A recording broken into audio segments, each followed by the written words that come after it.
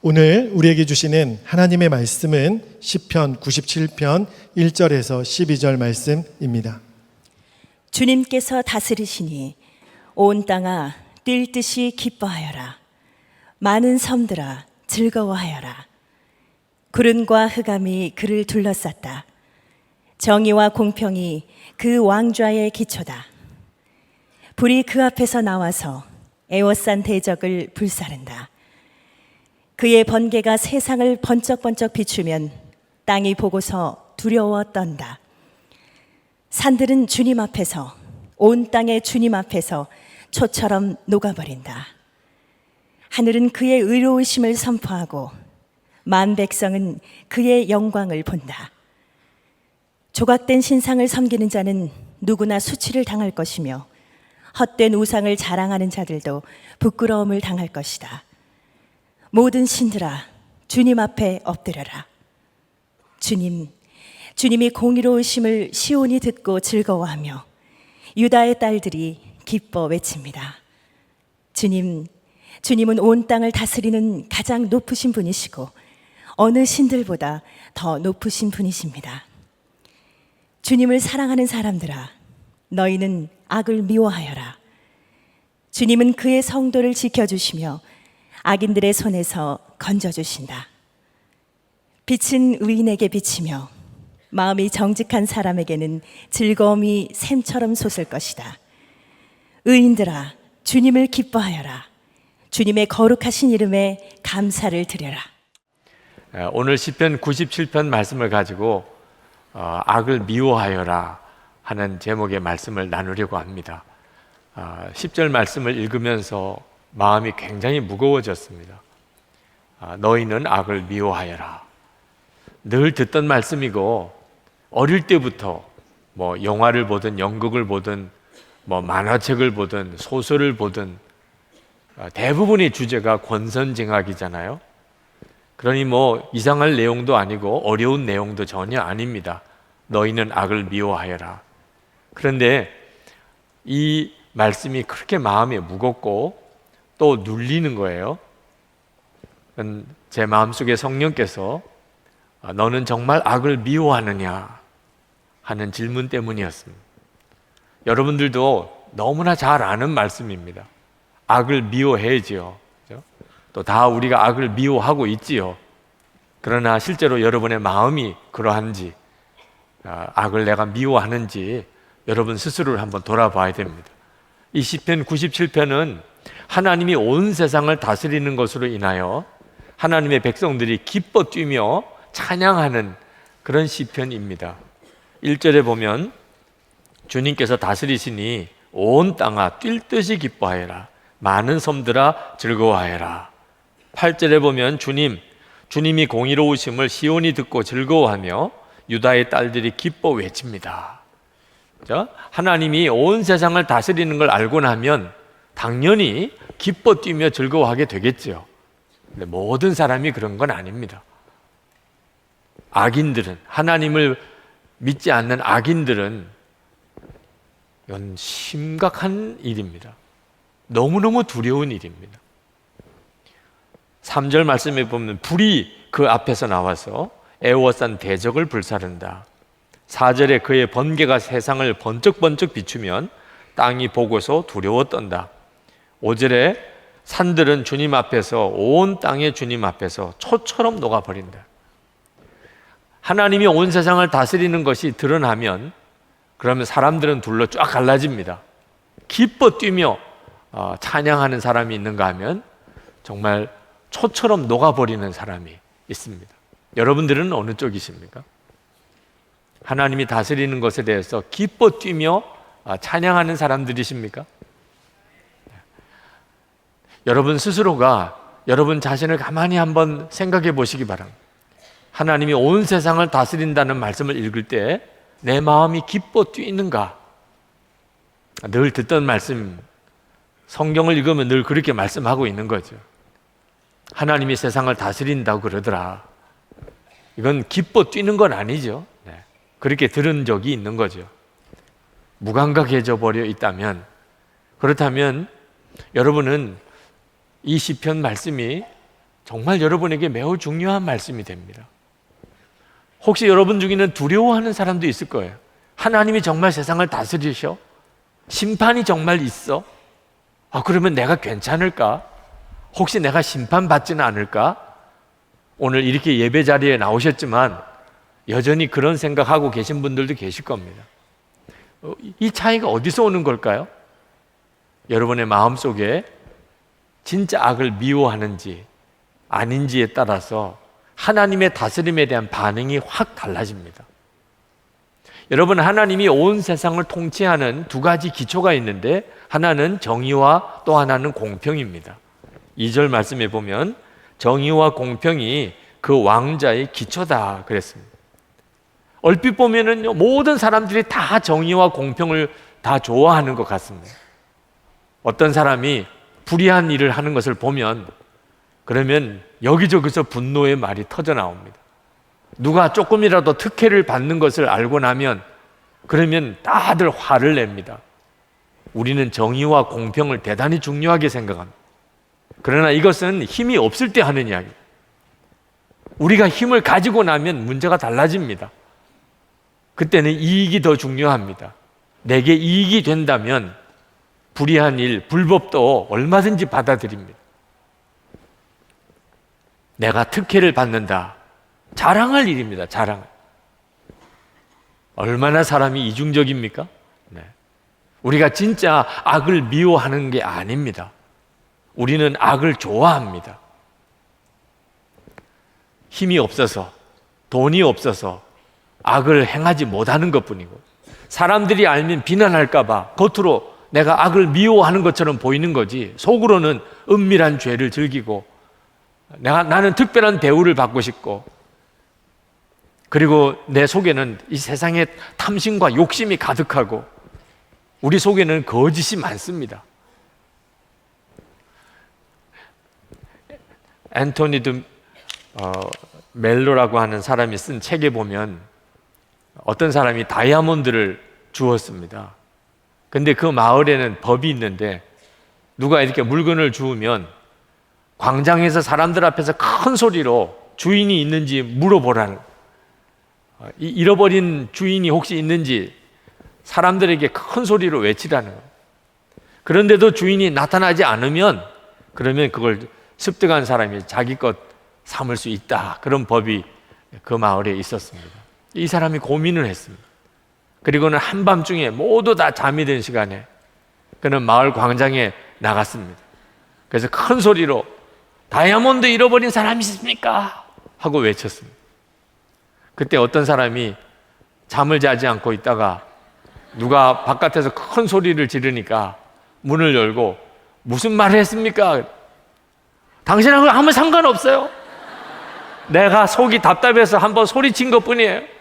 얼른 들어가 자요. 그랬던 이야기를 그 책에 썼습니다. 여러분, 이것이 바로 우리들이 가지고 있는 이중적인 기준을 말하고 있는 겁니다. 겉으로는 법을 잘 지키고 규정을 잘 지키는 것 같지만 속으로는 사실은 욕심이 가득한 거죠. 여러분, 우리 기독교의 가장 중요한 교훈은 용서와 사랑입니다. 그런데 우리 예수 믿는 우리들도 누구로부터 어떤 악한 일을 당하고 또는 손해를 보고 나면 그러면 마음속에 이 복수심이 확 일어납니다. 내가 당한 어떤 어려운 일보다 나는 10배나 더 그 사람에게 악하게 대해주고 싶은 마음이 우리 속에도 부글부글 끓어오릅니다. 우리가 진짜 악을 미워하는 게 아니니까. 우리는 악한 사람을 미워하는 것입니다. 악은 우리도 원해요. 왜? 10배나 복수하려면 악해야죠. 우리도 악을 원합니다. 우리가 미워하는 것은 사람인 거예요. 예수 믿는 사람은 어떤 사람인지 그 기준을 말하라 그러면 손양원 목사님을 들 수 있습니다. 손양원 목사님은 두 아들을 죽인 원수를 양자 삼았습니다. 이유는 손양원 목사님은 악을 미워했기 때문이에요. 그는 악한 일을 당했습니다. 사람의 본성으로 따지면 당연히 그 죽인 원수가 사형을 당하는 것이 오히려 원하는 바가 되죠. 그런데 손양원 목사님은 자기는 악한 일을 당했지만 자기를 그렇게 괴롭게 했던 그 아들을 죽인 그 원수를 용서하고 그리고 양자를 삼아야 되겠다고 생각했습니다. 이것이 진짜 악을 미워하는 것입니다.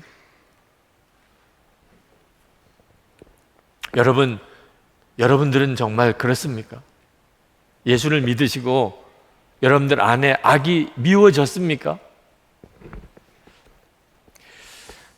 여러분, 우리가 정말 정신 차리지 않으면 하나님 앞에 섰을 때 우리의 진짜 나 자신을 보고 악하고 비명을 지를 수밖에 없습니다. 내 속 사람, 다른 사람은 전혀 알지 못하는 내 속 사람이 문제가 됐거든.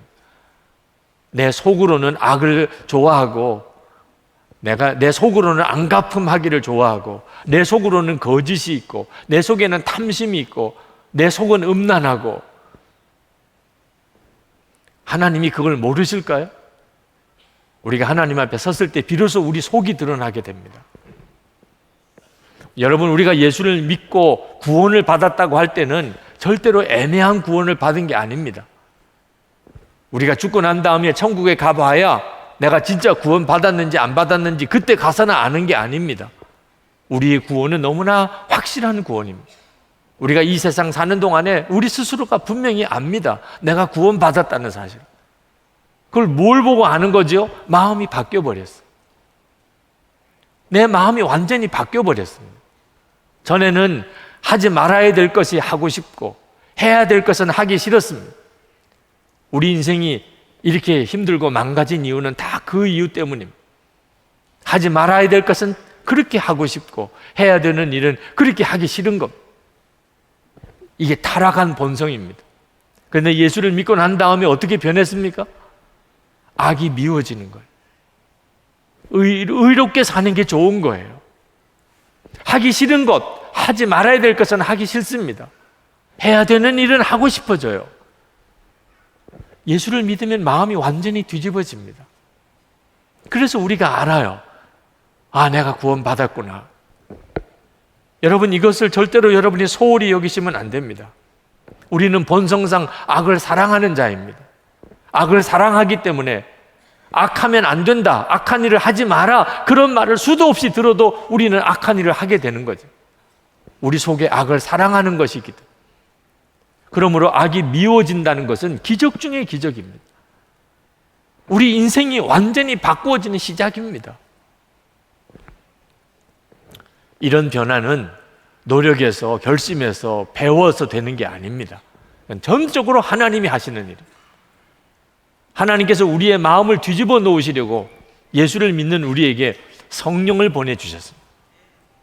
에스겔서 36장 26절 27절 말씀을 다 같이 한번 읽겠습니다. 새 영을 너희 속에 두고 새 마음을 너희에게 주되 너희 육신에서 굳은 마음을 제거하고 부드러운 마음을 줄 것이며 또 내 영을 너희 속에 두어 너희로 내 율례를 행하게 하리니 너희가 내 규례를 지켜 행할지라. 하나님께서 무슨 일을 하시겠다고 하시는 겁니까? 우리 안에, 예수를 믿는 우리 안에 성령을 보내주셔서 우리 마음을 완전히 바꾸어 놓으신다. 새 마음, 부드러운 마음으로 바꾸어 놓으신다. 그래서 하나님의 말씀이 그대로 지키고 싶은 마음이 되도록 해주시겠다는 거예요. 손양원 목사님께서 그 죽은 두 아들의 장례식 때 하나님께 감사 기도를 9가지 제목으로 감사 기도를 드렸습니다. 그 중에 이런 감사를 드렸습니다. 가문에 한 사람의 순교자가 나와도 말할 수 없는 은혜인데 우리 가문에 순교자가 둘씩이나 나오게 하심을 감사합니다. 미국 유학 가려던 아들, 미국보다 더 좋은 천국에 가게 하심을 감사합니다. 그리고 또 이런 감사를 드렸어요. 원수를 양자 삼을 수 있는 마음을 주신 하나님께 감사합니다. 손양원 목사님은 아셨어요. 원수를 양자 삼을 수 있는 이 마음은 하나님이 주신 것이라고. 자기 자신의 마음이 아니었습니다. 그게 하나님께 감사의 제목이었다는 거예요. 예수를 믿을 때 사람은 바뀝니다. 그건 마음이 바뀌기 때문에 그렇습니다. 여러분 안에 하나님은 정말 이와 같은 똑같은 역사를 행하시고 계신가? 여러분 스스로가 한번 돌아보세요. 우리는 성령 충만함을 갈망합니다. 근데 성령 충만함은 방언이나 은사 체험이 어떤 능력을 행하는 게 아닙니다. 능력을 하나님으로부터 받았다 하더라도 그 마음의 중심이 바뀌지 않으면, 악을 미워하는 마음이 아니면 그 하나님이 주시는 능력으로 그는 불법을 행하는 자가 되기 쉽습니다. 우리에게 있어서 진짜 중요한 성령의 충만함은 하지 말아야 될 것은 하기 싫어지고, 해야 될 것은 하고 싶어지는 마음, 악이 미워지는 마음, 이것이야말로 진정한 성령의 충만함입니다. 넬슨 만델라라고 남아공의 대통령이었던 분이 있습니다. 그분은 반인종차별 정책 최일선에 나서서 인권운동을 하다가 그가 투옥이 되어서 종신형을 판결을 받았습니다. 그리고 27년 동안 그는 채석장에서 감옥 생활을 했습니다. 그리고 풀려나고, 그리고 남아공의 흑인과 백인을 전체를 다 통치하는 첫 대통령이 되었습니다. 그의 인권운동이 평가를 받아서 노벨 평화상을 받기도 했습니다.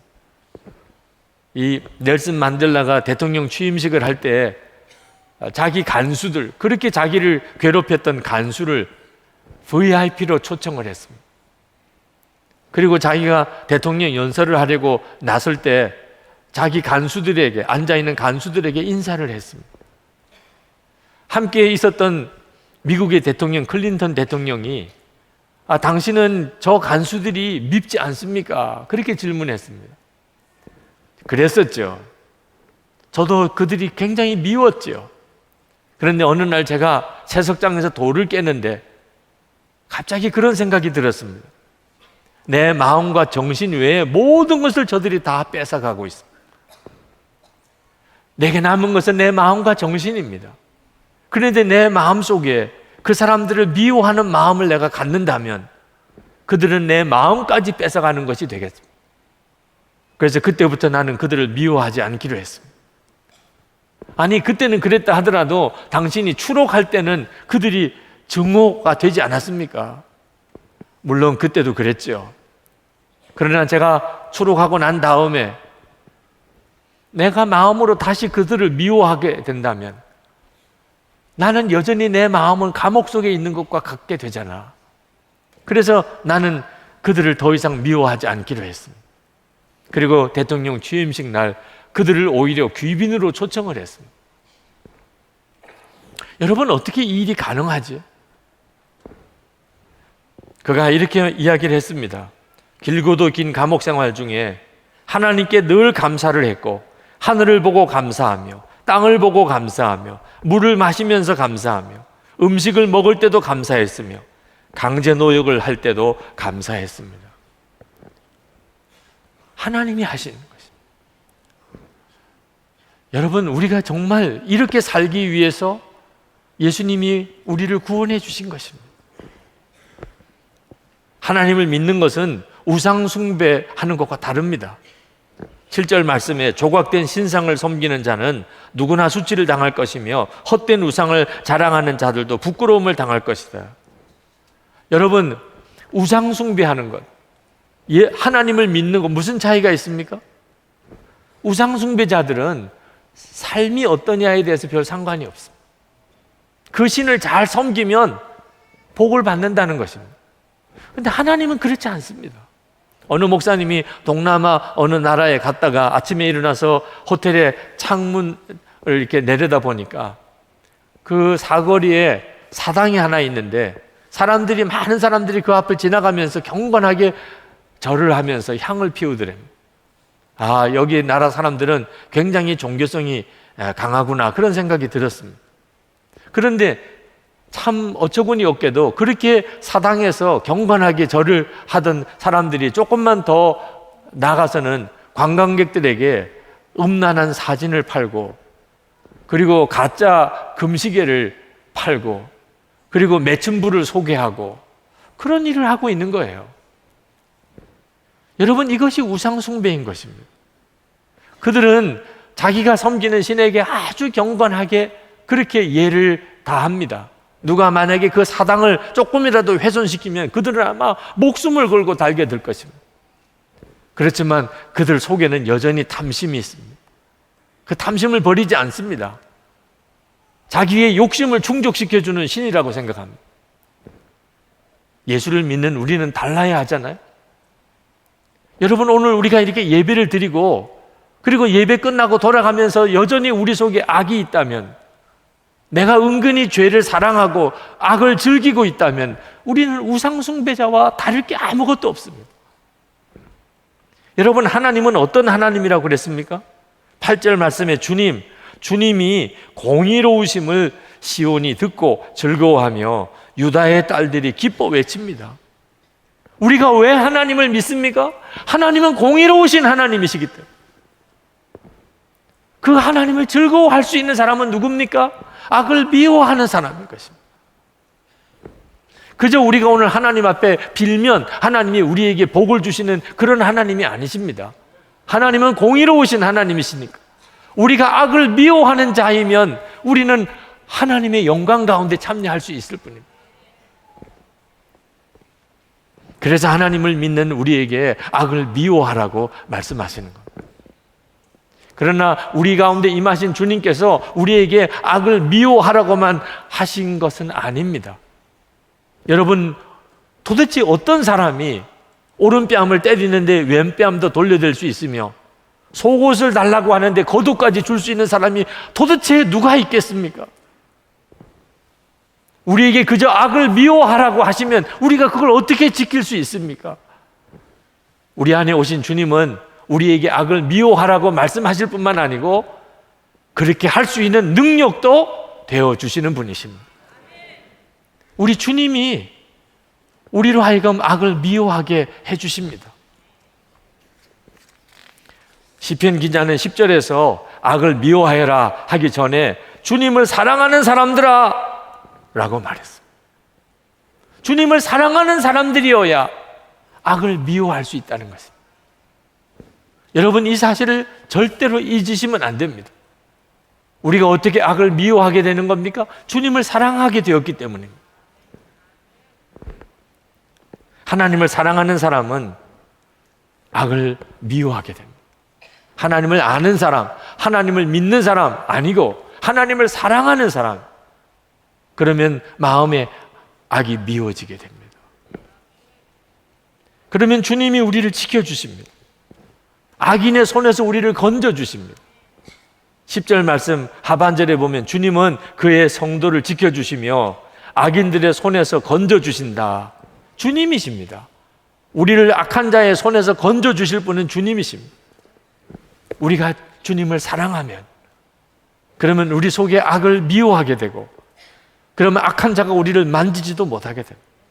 이런 사람이 빛이신 하나님 앞에 기뻐 뛰는 것입니다. 11절에 빛은 의인에게 비추며 마음이 정직한 사람에게는 즐거움이 샘처럼 솟을 것이다. 하나님 앞에서, 빛이신 하나님 앞에서 대부분의 사람들은 다 어둠 속에 숨어 들어가게 마련입니다. 빛을 좋아하는 사람이 누구이겠습니까? 악을 미워하는 사람이 빛을 좋아합니다. 그러나 마음속에 은근히 악을 품고 있는 사람, 악을 즐기는 사람, 은밀한 죄를 가지고 있는 사람들은 빛을 싫어합니다. 빛이신 하나님이 두렵습니다. 부담스럽습니다. 여러분, 여러분의 마음속이 더럽고 음흉하고 음란하고 거짓되고 욕심이 많고 그렇다면 여러분 그대로 내버려 두시면 안 됩니다. 그것은 대단히 심각한 문제인 것입니다. 여러분 마음속에 갈망을 가지셔야 됩니다. 성령님 제 안에 오셔서 제 마음을 뒤집어 주세요. 우리 마음을 뒤집으실 분은 성령님밖에 없습니다. 우리가 진짜 갈망하면 주님이 역사하십니다. 우리가 갈망하지 않으면 주님은 역사하실 수 없습니다. 우리가 원하지 않는데 어떻게 우리 속에 들어와서 역사하실 수 있습니까? 저는 제 마음에 온갖 더럽고 악한 죄가 있다는 것을 깨닫고 절망했던 적이 있습니다. 목사인데 말이에요. 마음속에 음란함과 욕심과 교만과 자랑, 거짓, 그런 온갖 죄가 제 속에 가득한 것으로 인해서 목사직을 그만둘 뻔하려고 했던 적도 있었습니다. 이걸 어떻게 해결합니까? 제 마음속에 있는 이 악을 어떻게 해결합니까? 마귀는 계속해서 저를 조롱하는 듯 그렇게 느껴졌습니다. 너는 나를 더 좋아하는 거야. 너는 내 거야. 너 이름은 목사지만 실제로 너 주인은 나야. 할 말이 없었습니다. 실제로 제 속마음은 그렇으니까. 그러나 그때 저는 성령님을 갈망했습니다. 주님, 제 속에 역사해 주세요. 분명히 주님은 마음을 바꾸어 주시는 주님이시지 않습니까? 악이 미워지게 만드실 수 있는 분은 주님이시지 않습니까? 제 마음속에는 오직 그 갈망밖에 없었습니다. 그리고 주께서 저에게 말씀하셨어요. 주님이 제 안에 오신 것을 진짜 믿고 나도 주님을 바라보라는 것입니다. 계속해서 주님을 바라보고 살라는 것입니다. 그래서 그때부터 주님을 바라보며 살기를 힘썼습니다. 항상 주님을 생각하며 살고 싶었습니다. 근데 그때 놀라운 변화가 일어났어요. 주님을 사랑하게 된 것입니다. 저는 전에는 예수님을 믿는다고는 생각했지만 예수님을 사랑한다는 것에 대해서는 잘 몰랐습니다. 근데 계속 주님을 생각하고 또 생각하면서 제 속에 변화가 일어났어요. 베드로전서 1장 8절 말씀에 예수를 너희가 보지 못하였으나 사랑하는도다. 이제도 보지 못하나 믿고 말할 수 없는 영광스러운 즐거움으로 기뻐하니, 이 말씀이 저의 고백이 되었습니다. 저는 분명히 예수님을 눈으로 보지 못합니다. 보지 못하는 예수님이시지만 저는 주님을 뜨겁게 사랑합니다. 처음부터 그랬던 건 아닙니다. 주님을 사랑하게 되면서부터 제 안에 변화가 일어나는 것이, 악한 것이 미워지기 시작했어요. 제 속에 악한 생각 자체가 미워지기 시작했어요. 주님을 사랑하니까 더 이상 악한 것을 좋아할 수가 없었습니다. 그게 저의 인생을 바꾸어 놓았어요. 여러분, 예수님을 믿는 사람은 마음이 뚜렷하게 다릅니다. 영국에 선교하시는 최종상 선교사님이 한 번은 5분 기도 제목이라는 편지에 그 영국 목사님 4분을 아침 식사 자리에 초대했던 이야기를 하셨어요. 한국에 오신 선교팀과 함께 식사를 하면서 영국 목사님 한 내외를 이렇게 초청을 했는데 아침에 오셨다는 거예요. 그래서 그 목사님을 소개하면서 이분이 오늘 1시간에 걸쳐서 우리를 만나려고 이렇게 오셨습니다. 실제로 그 목사님이 사시는 집에서 그 식당까지는 한 1시간 정도 걸리는 거리에 있었기 때문에 그렇게 소개를 드렸습니다. 참석하신 분들이 다 그렇게 먼 길에 이렇게 와주신 것에 대해서 감사한 마음으로 박수를 치고 환영을 했습니다. 그리고 식사를 했습니다. 식사가 다 끝나고 난 다음에 그 목사님 사모님이 그 선교사님에게 가까이 다가오셔서 이렇게 이야기를 했습니다. 우리가 오늘 여기 식당까지 오는데 사실은 30분이 걸렸습니다. 그런데 아까 1시간 걸려서 왔다고 그렇게 저희를 소개해 주셨는데 사람들이 다 우리를 너무 지나치게 생각할까 봐 걱정이 됩니다. 그러니 30분 만에 왔다고 그렇게 다시 알려주세요. 그 영국 목사님 4분이 하는 이야기를 제가 글로에서 읽으면서 정말 마음에 예수님을 모시고 사는 사람은 생각하는 것이 다릅니다. 조그만 악도 마음에 허용하고 싶어 하지 않습니다. 다니엘 김 선교사님이 미국에서 신대원 다닐 때 이야기를 하셨습니다.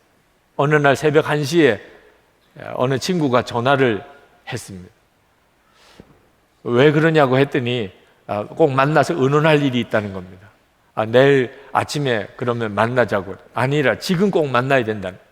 무슨 큰일인가 싶어서 그 새벽 1시에 그 친구를 만나러 나갔습니다. 만나서 이야기를 들어보니까 사랑에 빠졌다는 거예요. 화가 확 나더랍니다. 아니, 자기가 사랑에 빠진 것 때문에 이렇게 새벽에 나를 불러내? 그러면서 막 짜증을 냈더니 그런데 사실 나 중독이 있어. 그 이야기를 하더래요. 아주 심각한 이야기를 하기 시작하더랍니다. 인터넷 포르노 중독에 빠져 있다는 것이죠.